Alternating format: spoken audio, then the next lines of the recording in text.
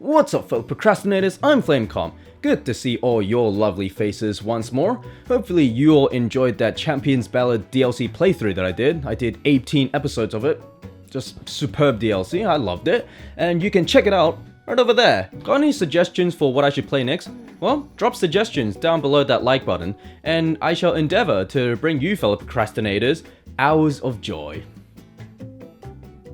Okay, obligatory sexual innuendo out of the way, and back to the main topic of this video, which is my time in Singapore. So a while back, I made a video announcing that I was holidaying in Singapore. This was like back in January, and that I was making them kinematic vids for you guys to watch. It's this one, and this one. Check them out.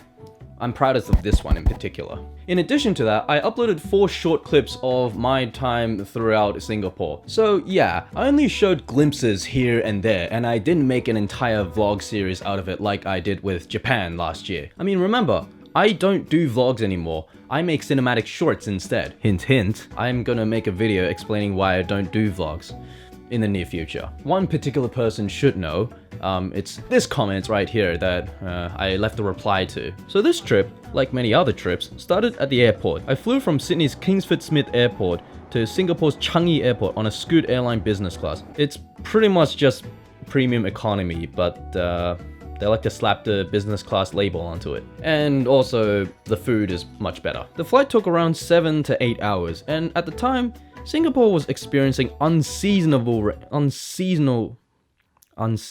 At the time, Singapore was experiencing unseasonable rain. Unseasonable? Singapore was experiencing unseasonable. Oh, fuck, I keep saying unseasonable. Unseasonal. Experiencing unseasonable.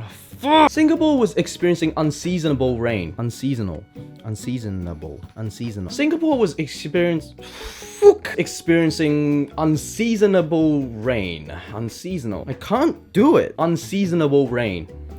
Really unseasonable rain. I keep saying unseasonable when I should be saying...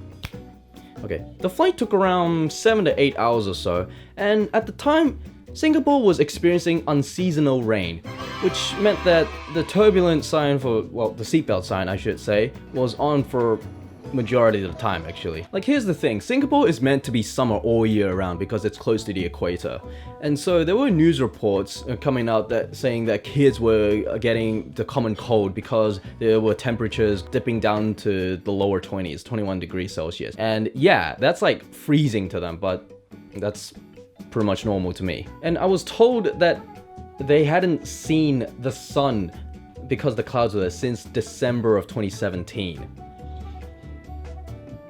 This being the 21st century, we used Airbnb, which I only found out later towards the end was actually illegal in Singapore. So I found myself to be, as a certain friend of mine called it, an unwilling accomplice. The first day was mostly spent at Gardens by the Bay. I mainly delved into photography, and anytime I got into videography, it was simply a replica of the photographs I had already taken. Fucking cold as shit, man. And then there's some obligatory gimbal shots and slider shots and whatnot.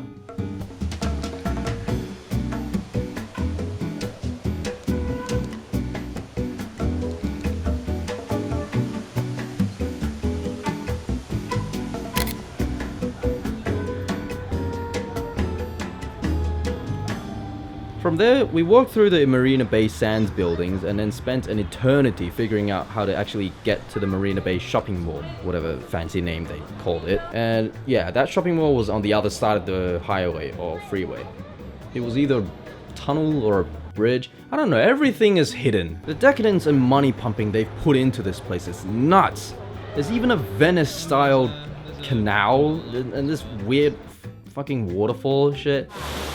Okay, this is just taking fancy schmancy to a whole new sea level. But how, like, okay, no. How are people supposed to, like, eat here and hold up a conversation and try to have some peace? I guess because it's ridiculous they do it. Okay, this is just, wow. Oh my god, there's a cafe there as well. Lovely. Meanwhile, Cape Town's running out of water. Yeah, when it comes to gentrification and being westernized, Singapore is a real try-hard at that, and just go into any random shopping mall around Singapore, which there are too many of and all too similar, and you'd be hard-pressed to know whether you were in Australia or America or any other Western countries. Okay, well, I mean, to be specific, or in any other, let's say, international cities. Anyways, after that, I did some exploring of my own and found these mirror spheres next to the Singapore River. And this was the day that I shot the time-lapse for the kinema video. Perception's being warped, man. I'm super anxious someone's gonna steal this camera. You know, a reflection of the day come full circle in this sphere of life that I'm currently in right now. It's there's just one conclusion that I've come to, really. It's fuck this rain. Seriously, I mean, like, this whole day is just, you know, piss and rain and such. Just, it's either sprinkling or sprinkling, really. God, this is nothing else. Like, it would have been nice if, like, it was sunny, but then I hear the heat will just be unbearable. So I guess it's a blessing in disguise. I wouldn't know. You may remember this guy from my Melbourne video, the one that goes, well, hello. Why, hello. He's from here. I'll be meeting up with him, I guess. We're both camera geeks and such. And after that, I caught up with that certain friend of mine that I mentioned, and I had dinner with him. Talk about him later. I'm keeping the suspense. So, night came and day arrived. It was the second day. On this day, I explored Little India with a relative of mine, just showing me around the place. It's Little India, just Indians everywhere and Indian shops everywhere.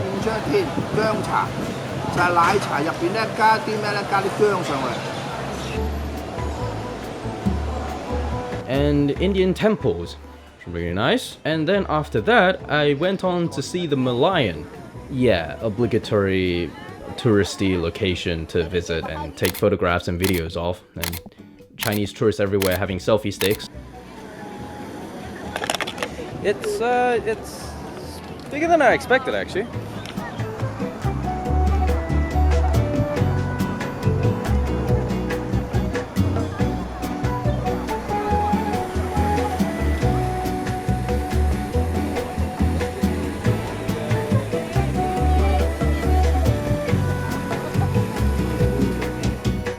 So yeah, day 2, didn't do much, but screaming chickens!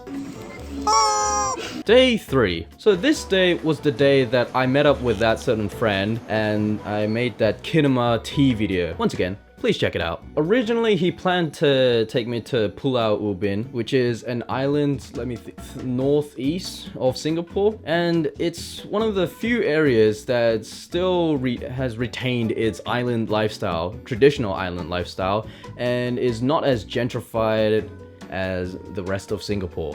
Yeah, look, I mean, it's not graffiti, it's a mural, isn't it? Yeah, It's so clean. Clearly. But, as I said, Singapore was experiencing unseasonal rain, so we chose to go to a tea house instead. Coming into Singapore, I told him, show me the real spicy stuff of Singapore. And I was like, oh, okay, you reap what you sow then. So then we went to Maxwell Food Center, which is in Chinatown, sort of away from the main hub of Chinatown. Along with these fish soup, which is fucking amazing, full of MSG, I believe. He also got something called Popia, and I just took one bite. He said to me, not too spicy, right? And I was like,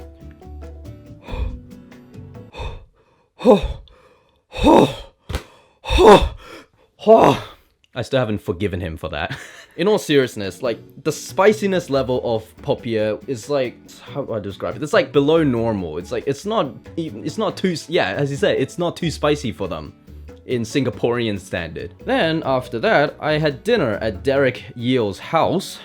I think that's how you pronounce it. Well, or not a house, an apartment, because it's Singapore. And you can check out his channel right there. He's been on YouTube since the dawn of time. Oh, and that certain friend, my friend in the tea video, you guessed it, that's his son. That's Derek's son. So Derek Yeo and By the way, his son's name is Nicholas. So there's that. Yeah, Nicholas was the one that told me about the whole Airbnb being illegal in Singapore, and he said that, you know, I was pretty much an unwilling accomplice. You know, that's the one. Now, day 4. This was the day that I made the Kinema Chinatown video, or Kinema 牛车水. 牛 means cow, 车 means like vehicle or car, and 水 means water. Anyways, yes, Chinatown.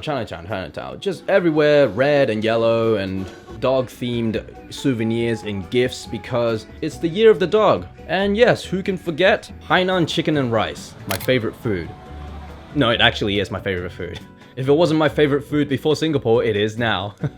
Then after that, just to tick off the tourist list, went to Orchard Street and Bugis.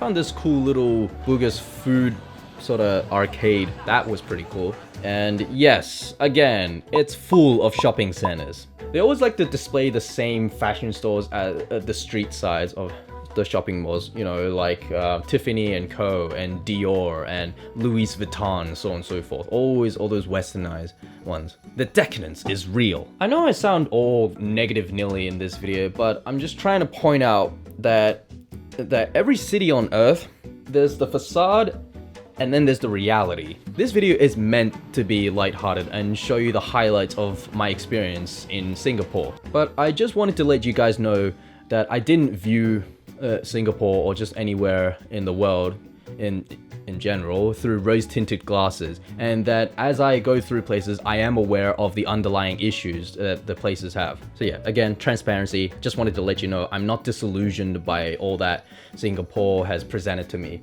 but just being a little bit critical. Everything in Singapore is propped up and artificial. I mean, your Merlion and Gardens by the Bay, you know, they're all tourist magnets.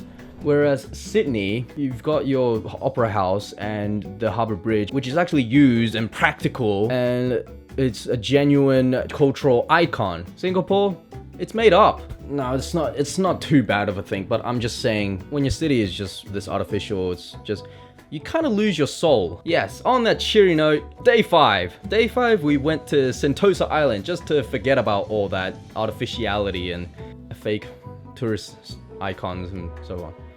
God damn, I can't help myself, can I?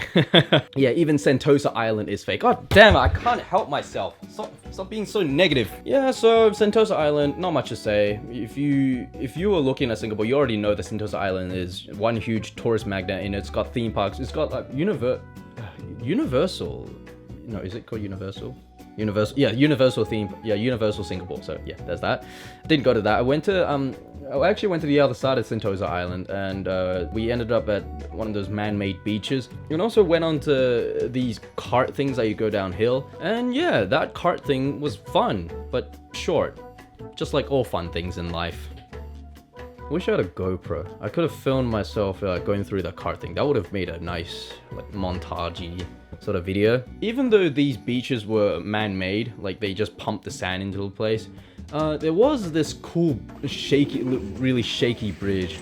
A suspension bridge, yeah, suspension bridge that connects the mainland to this island in the distance. Oh shit! Yeah, that was pretty cool. You could barely fit 2 people as they were walking by. Oh my god, the sun is actually out. Fuck me, it's hot. And now on to day 6, the last day. So day 6, I did some final explorations of Singapore, and it was mainly centered around Singapore River, which was when I made the Kinema Singapore River video. So yeah, that's right. The time-lapse and the rest of the video, those were shot on different days, just like film productions. Like, I mean, sometimes on film productions, they would film the ending, and then like 3 months later, they would shoot like the middle bits of it. It's all about logistics and all that paperwork. But before long, the fun was over. We went to Changi Airport and flew back to Sydney. Once again, in turbulent conditions. Same business class, same airline. So that was that, fellow procrastinators. Singapore is fun the first time around. Once you start going there over and over again, you just run out of things to do. I mean, by this time, I've already explored the majority of what Singapore has to offer, touristy wise. Again, everything is artificial and propped up and doesn't really have a soul of its own. Except, arguably for the food. The food is still on point. Again, this is a highlights video, not meant to be negative Nelly, but then I can't help myself. So that's that. So if you enjoyed this video, please consider subscribing and Hadouken that like button. Once again, I shall endeavor to bring you, fellow procrastinators, hours of joy. So anyways, thanks for watching and keep on procrastinating. So, see ya.